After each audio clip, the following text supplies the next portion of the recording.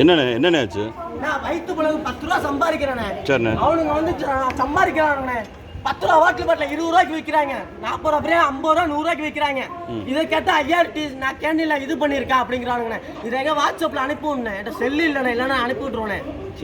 யார் தட்டி விட்டா? உங்களை யார் தட்டி விட்டதுண்ணே? அந்த கேண்டீனுக்கு தட்டி விட்டு போயிட்டானே. வாட்டர் கேஸ் வித்தான்லாம் தொப்பி போட்டு. சரி. அவன் தட்டி விட்டு போயிட்டானே. சரி, நீங்க என்ன வியாபாரம் பாக்குறீங்கண்ணே?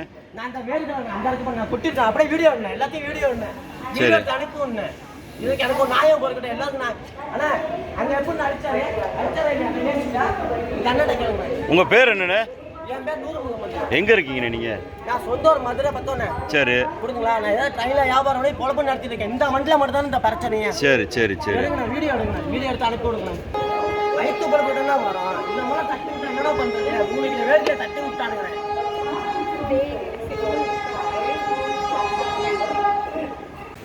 இல்லை சார், இது வந்து பேசஞ்சர் சேஃப்டிக்கு தான் நாங்கள் சொல்லிட்டு இருக்கோம். அதாவது எல்லாம் பேசஞ்சர் வந்து மொபைல் பார்த்துட்டு இருப்பாங்க. மொபைல் பார்த்துட்டு லைட்டாக தூங்கிடுச்சுன்னா மொபைல் எடுத்து போவாங்க. அதுக்கப்புறம் யார் நடந்துட்டு இருக்கா என்ன ஆச்சு அப்படிங்காங்க. எல்லாம் கேண்டீன் பசங்கன்னு தான் சொல்லுவாங்க.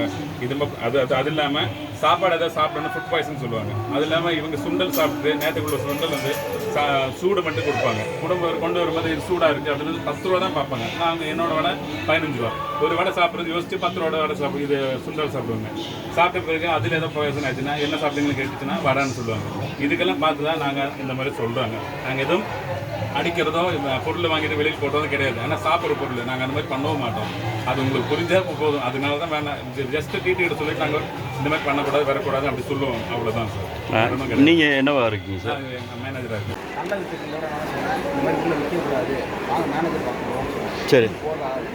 வெளியே போட்டு நல்லா இருக்காங்க, எல்லாம் நிற்கிறாங்க. எல்லாருமே வெளியே போட்டு யார் அடிச்சது? இது எப்படி விற்க போறாங்க? இங்க பாருங்க கையை பாருங்க. அனாவசியமா பேசுறேன். ஏசி டோர் வச்சு இழுத்து விட்டு எல்லாரும் வச்சுட்டாங்க. யார் கூட கையை வைக்கிற ஒன்றும் நடக்கும். இந்த மாதிரி எப்படி விற்க போறாங்க? யார் கேண்டீனை வாழை எதுவுமே பண்ணல. நாங்கள் விற்க போறான்னு சொன்னீங்களா அடிச்சிங்களா? சத்தியம் பண்ணி சொல்லுங்க. அவங்க தொழில் என் தொழில் சத்தியம் பண்றாங்க. நீங்க அடிக்கலன்னு சொல்லுங்க.